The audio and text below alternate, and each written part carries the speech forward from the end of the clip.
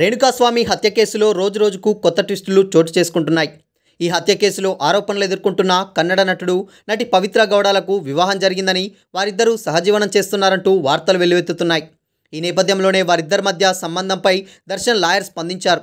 ఇంతకీ ఆయన ఏం స్పందించారంటే, తన అభిమాని రేణుకాస్వామి హత్య కేసులో ఆరోపణలు ఎదుర్కొంటున్న కన్నడ నటుడు దర్శన్, నటి పవిత్ర గౌడలకు వివాహం జరిగిందంటూ ఇటీవల వస్తున్న వార్తలపై దర్శన్ లాయర్ అనిల్ బాబు తాజాగా వివరణ ఇచ్చారు.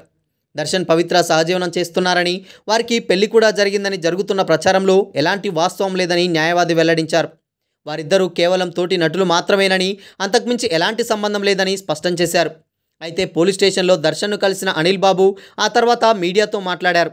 పవిత్ర గౌడ, దర్శన్ మధ్య వస్తున్న సంబంధాలపై కొట్టిపడేశారు. దర్శన్ అరెస్ట్ తర్వాత ఆయనను తాను 2 సార్లు కలిశానని, ఆయన భార్య విజయలక్ష్మి, ఇతర కుటుంబ సభ్యుల తరపున తాను ఈ కేసును వాదిస్తున్నట్లు వెల్లడించారు. పవిత్ర గౌడతో దర్శన్కు పెళ్ళయిందని వస్తున్న ప్రచారం పట్ల దర్శన్ కుటుంబ సభ్యులు తీవ్ర అభ్యంతరం వ్యక్తం చేస్తున్నారని చెప్పారు. ఇలాంటి వార్తలతో దర్శన్ సతీమణి విజయలక్ష్మి బయటకు కూడా రాలేకపోతున్నారని తెలిపారు. దర్శన్కు పవిత్ర గౌడ కేవలం ఒక ఫ్రెండ్, తోటి నటి మాత్రమేనని, వారిద్దరి మధ్య ఎలాంటి సంబంధం లేదని తేల్చి చెప్పారు. వారిద్దరూ పెళ్లి చేసుకున్నారు అనడానికి ఎలాంటి ఆధారాలు లేవని, దర్శన్ భార్య విజయలక్ష్మి మాత్రమే అని లాయర్ అనిల్ బాబు స్పష్టం చేశారు.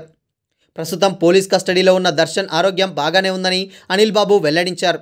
దర్శన్కు ఎప్పటినుంచో భుజం చీలమండ నొప్పి ఉందని తెలిపారు. అంతేకాకుండా రేణుకాస్వామి హత్య కేసులో దర్శన్కు 14 ఏళ్ల జైలు శిక్ష పడే అవకాశం ఉందంటూ వస్తున్న వార్తలను లాయర్ కొట్టిపడేశారు. ప్రస్తుతం విచారణ కొనసాగుతుందని, పుకార్లు నమ్మవద్దని, సరైన సమయంలో సరైన ఆధారాలతో సెషన్స్ కోర్టులో బెయిల్కు దరఖాస్తు చేస్తామని లాయర్ స్పష్టం చేశారు.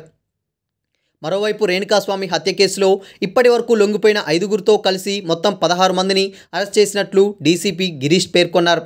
వారిలో దర్శన్, పవిత్ర సహా 9 మంది పోలీస్ కస్టడీని జూన్ 20వ తేదీ వరకు కోర్టు శనివారం పొడిగించింది.